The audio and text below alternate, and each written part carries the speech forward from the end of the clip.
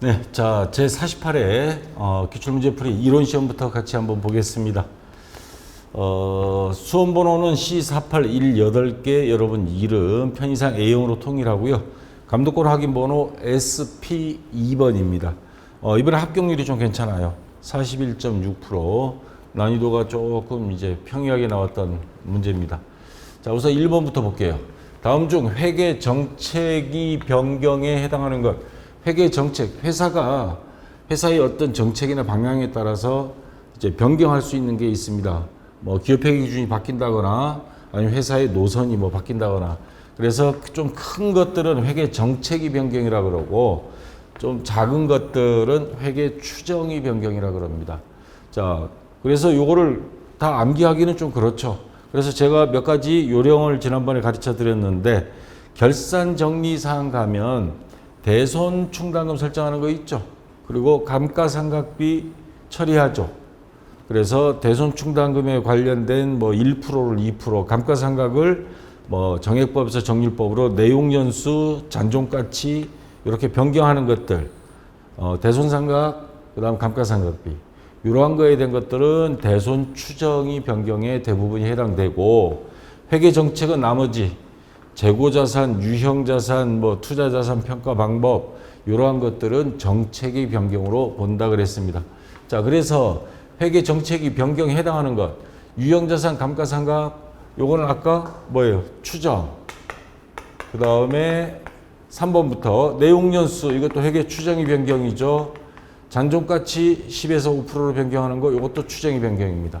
근데 재고자산 평가 방법을 뭐예요? 선입선출법에서 총평균법으로 변경하는 거 이거는 회계 정책이 변경이다. 그래서 2번이 정답이 되겠습니다. 자, 그 다음 2번 문제. 자, 계산 문제인데 자, 다음은 주식회사 항공이 결산 조정 전 자료이다. 재무제표에 현금 및 현금성 자산으로 보고해야 할 금액은 얼마인가? 자, 현금 통장에 있는 거 회사 금고에 있는 거 그거 외에 현금성 자산은 기준이 3개월인데 조심해야 될 게 있습니다.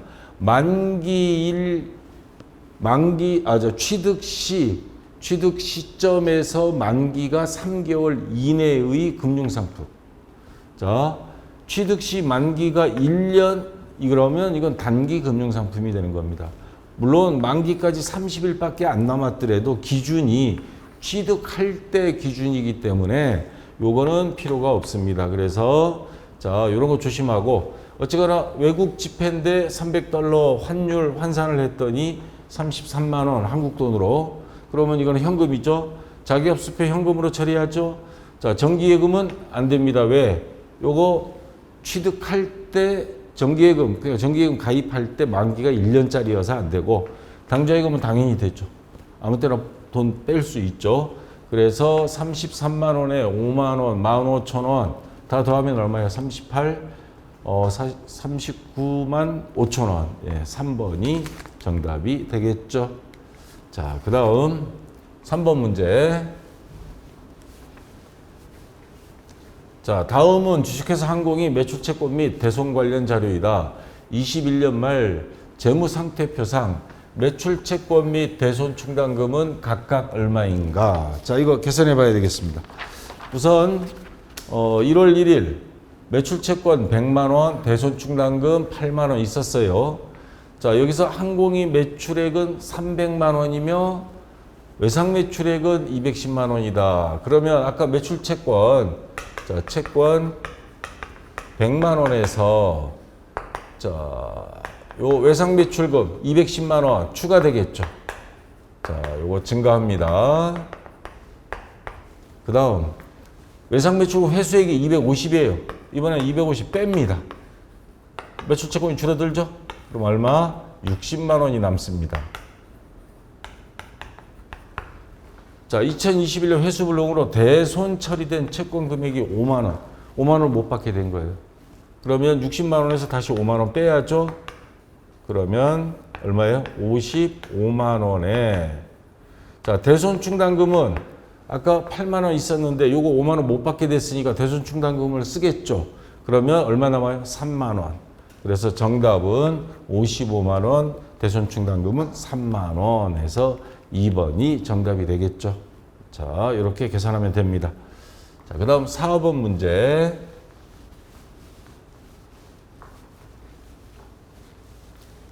자, 다음은 주식회사 항공이 토지 재평가 관련 자료이다. 2021년 손익계산서에 계산될 재평가 손실 또는 이익은 얼마인가? 자, 주식회사 항공은 2020년에 공장을 건설할 목적으로 토지를 200만 원에 취득하였으며 매 보고 기간마다, 다시 말해 결산일마다 재평가 모형을 적용하기로 하였다. 2020년 말과 21년 말 토지 공정가치 시가 각 230만 원과 190만 원이다. 자, 그러면 첫 해 20년 말에는 230으로 30만 원 올랐어요. 그러면 30만 원 재평가 이익이 생겼습니다. 차익이 생겼어요. 그런데 그 다음에는 190만 원으로 뚝 떨어졌어요. 이번엔 마이너스 40만 원 재평가 차손이 생겼습니다. 손실이 생겼어. 그러면 결과론적으로 요럴 때는 앞에 이익이 생긴 거 퉁치고 나머지만 2021년 말 장부에 기록을 해야 된다 이 말입니다. 그러면 퉁치면 얼마? 마이너스 10만 원 남죠. 다시 말해서 재평가 손실이 10만 원이다. 손실이라 그러면 마이너스니까. 그래서 1번이 정답이 되겠습니다. 자, 요거 조심해야 됩니다. 이익하고 요거 퉁친다는 거. 자, 빼고. 자, 그 다음 5번 문제.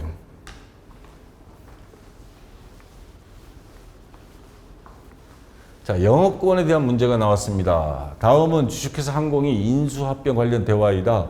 주식회사 항공이 주식회사 회계를 인수 시 발생한 영업권이 회계 처리에 대한 설명으로 옳지 않은 것. 자, 대표가 주식회사 회계의 현재 재무 상태는 어떤가요? 했더니 김 부장이 자산 1,000만 원, 부채 300만 원, 자본 700만 원입니다. 그러니까 순수하게 본다면 700만 원짜리 회사다 이 말입니다. 그럼 800만 원을 지급하고 회계를 인수하도록 하세요. 그 100만 원 더 주는 거죠. 그럼 그 100만 원 뭐다? 영업권으로 계산합니다. 자, 발생한 영업권이 금액은 100만 원이다. 이건 맞는 거죠. 영업권은 무형자산으로 처리하고요. 무형자산은 그 감가상각 누계액 안 하고 무형자산 상각비에서 직접법으로 처리하고, 그리고 정액법, 특별한 사유가 없으면 정액법을 원칙으로 합니다. 정액법에 직접 차감. 자, 이것도 맞고, 인수시 발생한 영업권은 외부에서 창출된 영업권, 돈 주고 사온 거기 때문에 무형자산으로 하고요. 그리고 네 번째를 조심해야 됩니다. 영업권의 내용 연수는 무형자산은요, 법령으로 정한 특별한 뭐가 없는 경우는 20년을 초과할 수 없습니다. 무형자산, 왜냐하면 특허권 같은 것들도 있기 때문에 20년, 근데 5년, 이건 잘못된 겁니다. 5년은 너무 짧죠. 그래서 4번이 정답이 되겠습니다. 자, 6번 문제. 자, 다음은 주식회사 항공이 2021년 6월 중 상품 취득 관련 자료이다. 6월 말 현재 상품이 취득 원가는 얼마인가? 자, 보기를 보니까 외상 매입, 운반비가 있어요. 외상 매입에 운반비는 더해줘야죠. 그러면 1000개, 1,300원, 이거 곱하기 하면 얼마예요? 130만 원이죠.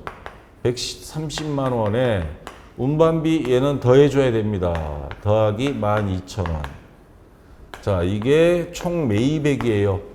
자, 그 다음에 순매입액 구하려면 매입 애누리, 매입 할인, 매입 환출은 다 차감 항목이죠. 그래서 요거 3개, 그러면 35,000원을 빼줍니다. 자, 빼주면 얼마예요? 130만 원에, 131만 2천 원에서, 네, 요거 빼주면 127만 7천 원. 네, 1번이 정답이 되겠습니다. 자, 이건 뭐 그렇게 어려운 문제는 아니죠. 자, 그 다음 7번 문제. 자, 요 문제가 이게 2번 연속 출제가 되고 있어요. 자, 다음은 주식회사 항공이 재고자산 관련 자료이다. 재고 실사 결과, 재고 조사. 재고자산 일부가 도난당한 것으로 확인되었다. 지난번에는 뭐 재해로 손실난 거로 문제가 나왔었는데 도난으로 인한 재고자산 손실 금액은 얼마인가? 그 외 재고자산 손실은 없다고 가정한다. 자, 여기서 눈여겨볼 거 단기 매출액이 50만 원이에요. 매출 총 이익률이 25%라 그랬습니다. 그럼 원가는 75%죠. 50만 원 곱하기 0.75 해보세요. 그러면 이게 매출 원가가 됩니다. 자, 계산하면 37만 5천 원. 요게 장부상 이제 매출 원가입니다. 자, 우리 매출 원가 공식, 매출 원가는 지금 37만 5천 원. 자, 기초 상품 재고액. 기초 재고액 6만 원이죠? 6만 원. 더하기 순매입액. 자, 매입액 40만 원. 40만 원. 마이너스 기말 재고액이죠. 기말 재고액. 자, 이거는 장부상이죠. 지금 우리가 기록하는 거는 장부상인데, 자, 그러면 요 기말 재고액을 X로 본다면, 지금 마이너스 X니까 얘가 넘어가면 플러스 X가 되고, 대신에 얘는 이쪽으로 넘어오면 마이너스가 되겠죠. 그러면 46만 원 마이너스 요 자리 와서 37만 5천 원을 빼주면, 자, 매출원, 자, 요 장부상 기말 재고액 나오죠? 얼마예요? 8만 5천 원? 예, 8만 5천 원. 예, 이렇게 나옵니다. 자, 8만 5천 원인데 실제 창고에 가서 실제 재고 조사를 했더니 7만 원이에요. 그래서 그러면 장부하고 안 맞는 거죠. 실제하고 비교했을 때 얼마? 15,000원이 상품이 사라졌다 이 말입니다. 도난당한 게. 자, 그래서 정답은 2번이 되겠죠. 자, 됐고요. 그 다음 8번 문제. 자, 이것도 종종 나오는 문제입니다. 회계정보의 질적 특성. 자, 회계정보의 질적 특성은 자, 크게 네 가지인데 그 중에서 가장 많이 나오는 게 이 목적 적합성과 신뢰성. 목적 적합성은 예측, 확인, 중요, 적시. 특히 자, 정보가 의사결정에 반영될 수 있도록 제때 제공돼야 한다라는 게 목적 적합성입니다. 의사결정을 하는 데 있어서. 그 다음에 중요한 정보가 누락돼서는 안 되고 회계 정보를 이용함으로써 어떻게 이용하지 않았을 때보다도 우리가 주식 투자할 때 좀 유리하죠.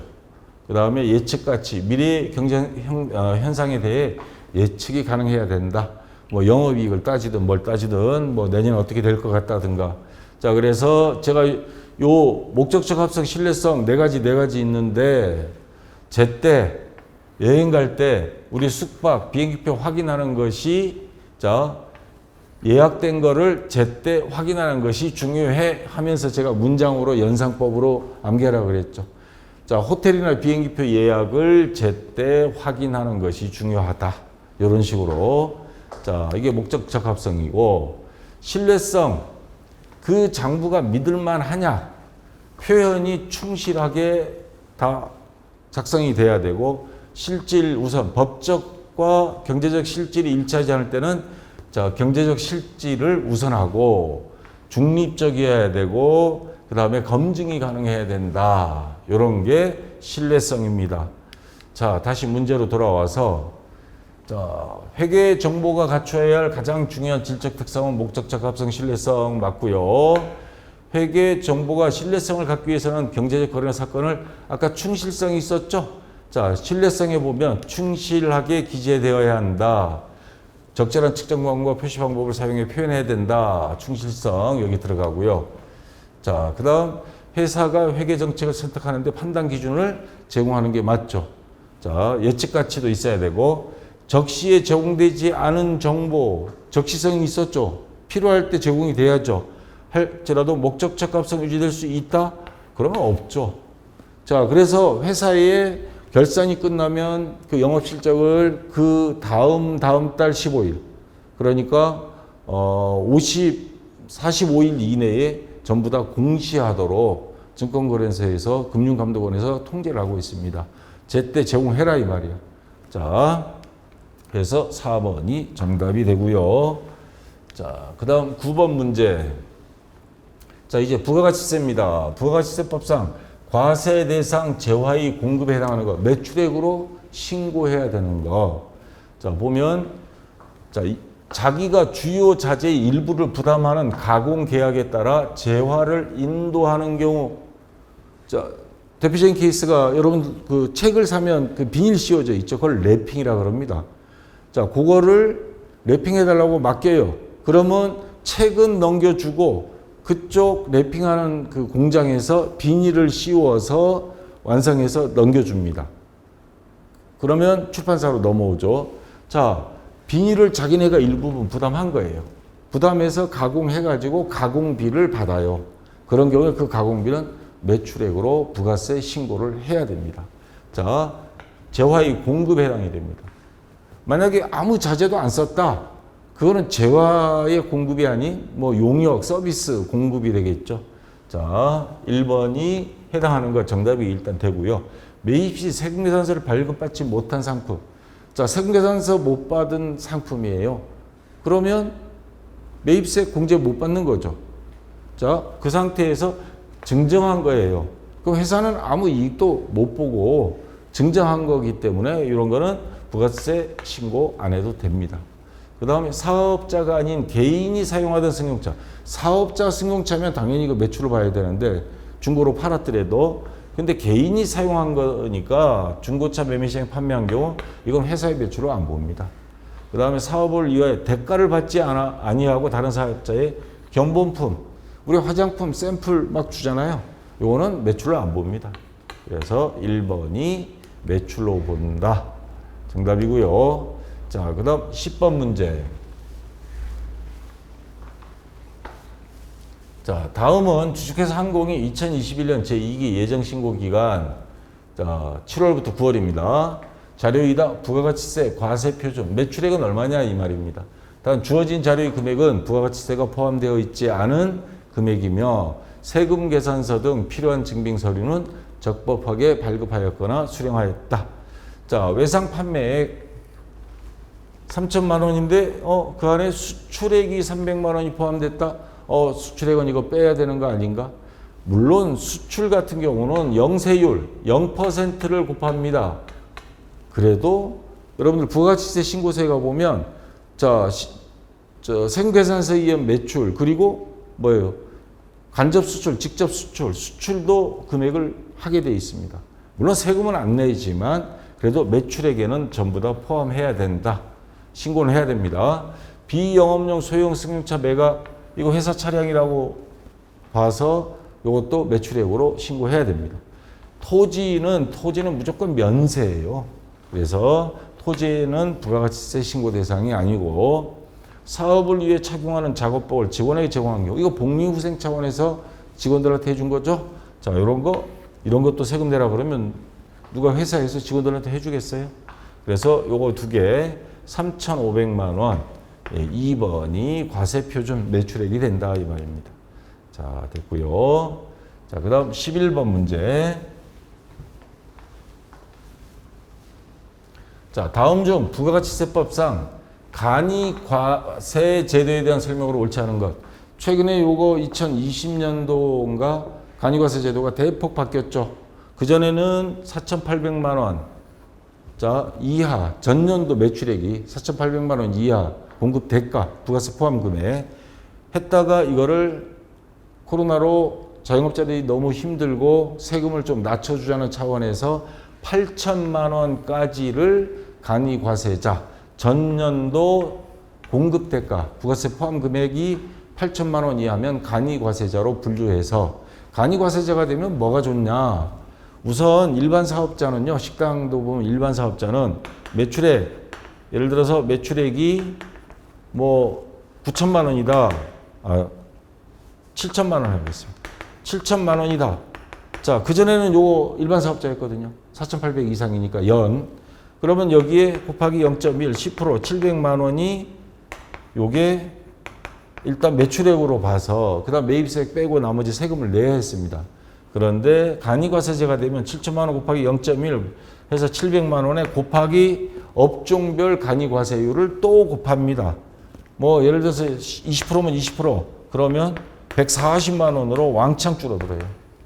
자, 그래서 간이과세가 좋습니다. 자, 거기다가 간이과세는요, 1년에 한 번만 하면 돼요. 일반 과세자는 1기, 2기 확정신고 1년에 2번 해야 되는데. 자, 간이과세자의 과세기간은 원칙적으로 1년이다. 맞고요. 간이과세를 포기하고, 이 좋은데 왜 포기해? 매입세 공제를 못 받습니다, 이거는. 근데 일반 과세자는 매입세, 의제 매입세 공제도 다 받을 수 있어요. 그러면 올해는 왕창 사니까 간이과세 포기했다가, 자, 일반 과세자 됐다가, 그러면 한 몇 년 있다가 다시 간이과세자 신청해야지. 그거 막기 위해서 여러분들 집에서 가출한다고 일단 나가면 못 들어오죠. 자, 그런데 얼마냐? 5년이 아니고 3년입니다. 5년 동안 못 들어오게 하면 이건 너무 야박하잖아요. 그래서 3년 동안은 다시 간이과세로 전환이 안 됩니다. 3년 이후에야 신청이 가능합니다. 정답은 나왔어요. 2번이 정답이 나왔고, 직전 연도 공급대가 8천만 원 미달하는 개인사업자는 간이과세자 될 수 있다 그랬고, 해당 과세기간에 대한 공급대가 합계액이 4,800만 원 미달이면 아예 납부 의무 면제, 낼 세금도 없어요. 자, 그래서 맞는 말이고요. 2번이 정답이 되고, 자, 그 다음 12번 문제. 요거 아주 골 때리는 문제 나왔습니다. 이번 시험 중에서 요게 제일 조금 복잡하지 않나 싶은데, 다음은 주식회사 항공, 건설업이 2021년 7월 12일에 일용 근로자에게 지급한 일당의 내역이다. 원천 징수해야 할 소득세액이 얼마냐. 자, 이 사람들은 월급제가 아니고 매일매일 일당 받아가니까 언제 안 나올지 몰라요. 그래서 원천 징수 다 합니다. 소득세하고 주민세, 자, 지방세. 그러면 어떻게 하느냐? 김서울 일당이 20만 원, 이종로 15만 원, 박강남 25만 원이에요. 자, 기본적으로 일당 15만 원까지는 소득세 안 걷습니다. 그러니까 이종로는 원천징수 안 합니다. 자, 김서울은 15만 원 빼면 5만 원 남죠. 그럼 5만 원에 대해서 소득세, 자, 계산을 하는데 요거에 대해서 6%, 자, 우선 6%를 먼저 곱합니다. 곱하기 6%니까 0.06. 그럼 얼마가 나오죠? 3,000원? 예. 예, 이렇게 나왔습니다. 자, 그 다음 박강남 마이너스 15만 원 빼면 10만 원이죠. 마찬가지로 6% 그럼 곱하기 0.06 그러면 6,000원이 나옵니다. 자, 그러면 총 3,000원, 6,000원 하면 9,000원이죠. 이 9,000원도 다 받느냐? 아닙니다. 제가 무슨 약장사 하는 것 같아. 이거에 대해서 근로소득 공제 기본적으로 자 55%를 빼고 나머지에 대해서만 소득세 납부하면 됩니다. 그러면 9,000원 곱하기 55% 0.55 곱하면 얼마예요? 4,950원. 950원이 이게 근로소득 공제 항목입니다. 공제 금액.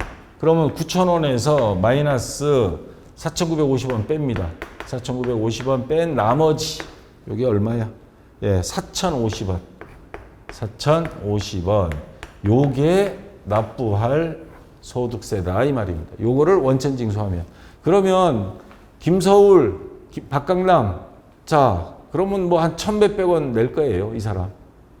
요 김서울 이 일당에서 한 1,100원 빼고 여기는 2,100원 빼고 그러면 4,000원 정도 빼지겠죠. 예, 요 정도에서 4,050원. 예, 2번이 정답입니다. 여러분들 나중에 혹시 건설회사나 아니면 일용직 근로자를 해서 일당 지급하는 회사에 여러분이 회계 담당자로 가면 요 식으로 계산해서 주면 됩니다. 원천징수 빼고 나머지 일당 지급하면 돼요. 그래서 2번이 정답이 되고요. 자, 그 다음 13번 문제.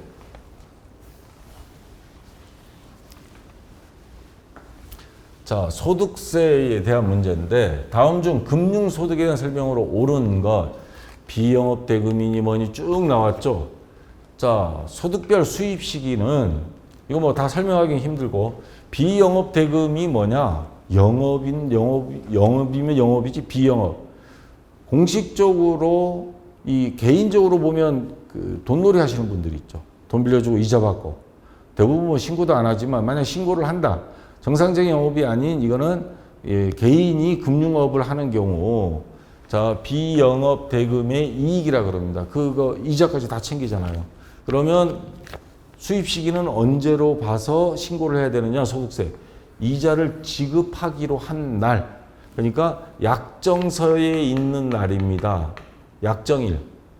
지급을 받은 날과 이자 지급일, 여기 약정 있구나. 약정, 계약서에 있는 날과 지급받은 날은 다를 수 있어요. 자, 안 주면 왜 이상하게 생긴 놈들, 어깨에 그냥 무시는 놈들이 찾아오잖아. 자, 지급일, 받은 날, 이거 다를 수 있습니다. 뭐, 주식, 이런 배당 같은 거는 받은 날을 소득이 생긴 날로 인식한다. 이 말입니다. 이러한 것들은, 계약서에 있는 것들은 계약서에 있는 날짜를 기준으로 하고, 그 다음 그렇지 않은 것들은 받은 날, 뭐, 일반적인 기타 소득 지급을 받은 날, 뭐, 이런 식으로 자, 처리합니다. 자, 다시 문제로 와서, 비영업대금이 이익은 원칙적으로 지급을 받은 날 아니죠. 약정에 의한 지급일이라 그랬죠. 이게 잘못된 거죠. 자, 그 다음에 출자 공동사업자의 배당소득. 출자를 동업을 해서 회사를 꾸려가는 경우 그때 배당소득은 무조건 종합과세 배당소득에 해당한다. 자, 이거는 공동사업자라고 봐야겠죠. 그래서 그 배당금은 무조건 종합소득, 사업소득은 그러니까 이 배당소득을 사업소득으로 보는 겁니다. 사업소득은 무조건 종합소득 과세 대상입니다. 분리과세 안 됩니다. 그래서 일반적인 배당소득은 3천만 원 이하는 분리과세 돼서 종합소득 신고 대상이 아니에요. 종합소득 신고하면 불리합니다. 좀 많이 내요. 그러니까 자 배당소득은 종합과세 배당소득에 해당한다? 맞는 말입니다. 그래서 일단 2번이 정답이 되고요. 자 실지 명의가 확인되지 않은 금융소득 이게 누군지 몰라. 그러면 어떻게? 조건부 종합과세 대상이다. 이거 종합과세 대상 안 됩니다. 무조건 분리과세입니다. 누군지도 모르는데. 자, 그래서 이거 원천지로 세워버립니다. 무기명 채권 이자는 어떻게? 아까 약정일이 없죠. 약정일에 이자 지급을 한다? 없어요. 뭐예요? 받은 날, 지급받은 날, 그때 수익으로 인식합니다. 그래서 정답은 2번이 되겠습니다. 자, 그 다음 14번 근로소득에 대한 문제입니다. 자, 다음 중 소득세법상 근로소득에 대한 설명으로 옳지 않은 것 중소기업 임원이 자 회사 우리 뭐 전무님 상무님 뭐 있잖아요. 주택이 구입에 소요되는 자금을 무상으로 대여받았어요. 회사 돈으로. 자 얻는 이익은 근로소득에 해당하지 않는다.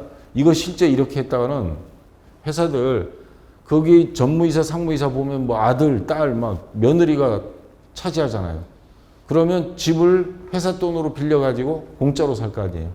그래서 요거를 막기 위해서 그거를 일정한 법정 이자로 환산을 하거나 아니면 그 집이 뭐 월세가 평균 시세가 있거나 그걸로 환산을 해서 소득세로 보고 소득세 납부하라고 합니다. 자, 근로소득에 해당하지 않는다. 이건 틀린 게 됩니다. 그래서 옳지 않은 것 1번이 정답이 되고요. 자, 법인이 임원이 부여받은 주식 매수 선택권. 이건 뭐냐면 회사에서 보너스로 주식을 줬어요. 근데 요 퇴직한 다음에 찾아가라. 아니면 3년 후에 현금으로 교환 가능하다. 조건을 달아놓고 자, 우리사 주식이라 그러죠. 우리 주식. 근무하는 기간 중 행사함으로써 얻은 이익. 주식은 오를 수도 있지만 떨어질 수도 있어요. 그러니까 요거는 근로소득으로 안 봅니다. 자, 그래서 이익은 근로소득에 해당한다. 자, 요거는 해당하지 않고요. 일직료, 숙직료 또는 여비로서 실비 변상적인 금액은 비과세 근로소득 맞습니다. 이거는 과세하지 않습니다. 자, 그 다음에 연말 정산한 근로소득은 다른 종합소득이 없으면 그냥 그걸로 끝나요. 여러분들 월급쟁이들 종합소득 신고 안 하잖아요. 근로소득만 있으니까 그런 겁니다. 그래서 하지 않아도 된다. 자, 근데 제가 하나 잘못 생각한 거 하나 있는 것 같아요. 아까 주식 매수 선택권을 퇴직하면서 한 거는 이거는 소득세는 아니에요. 근데 여기 제가 요걸 먹어요. 근무하는 기간 중에 행사해서 팔아서 이익 본 거. 그런 거는 그건 근로소득 맞습니다. 제가 요거를 못 봤어요. 자, 주식 매수 선택권은 퇴직한 다음에 처분해서 이익 본 거, 요거는 근로소득 안 보는데, 자, 근데 근무하는 기간 중에 행사한 건 근로소득입니다. 제가 이거 잘못 생각을 했어요. 그래서 정답은 1번이 옳지 않은 거, 나머지 다 맞는 겁니다. 자, 그 다음 15번. 자, 교육비, 연말정산에서 교육비 계산하는 건데, 함정을 하나 파놨어요.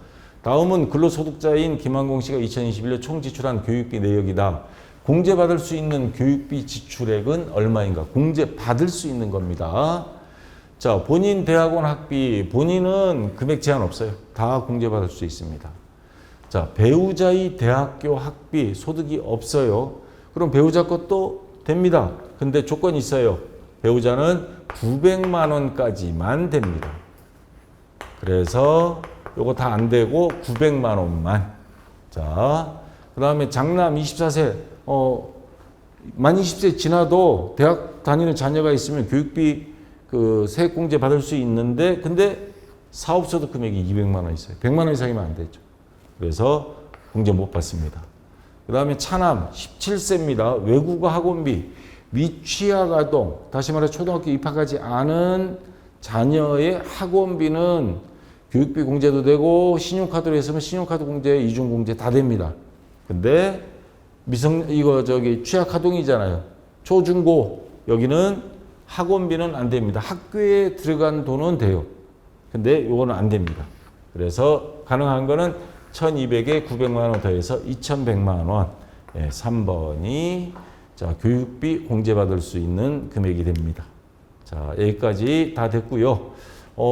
질문 답변은 카페에서 보신 분은 상관없고요. 유튜브에서 보시는 분들은 가능하면 요 박쌤 전산에게 네이버 카페에 와서 등업 없이 바로바로 가입만 하면 모든 질문 볼 수 있고 질문 답변 받으실 수 있고요. 그리고 잘 흐려요 하시는 분들 여기 톱니바퀴 요 고화질 1080으로 꼭 선택해서 보시면 선명할 겁니다. 자, 여기까지 해서 이론은 마치고요. 쉬었다가 다음 시간에 실무 시험 같이 공부해 보겠습니다. 자, 수고했습니다.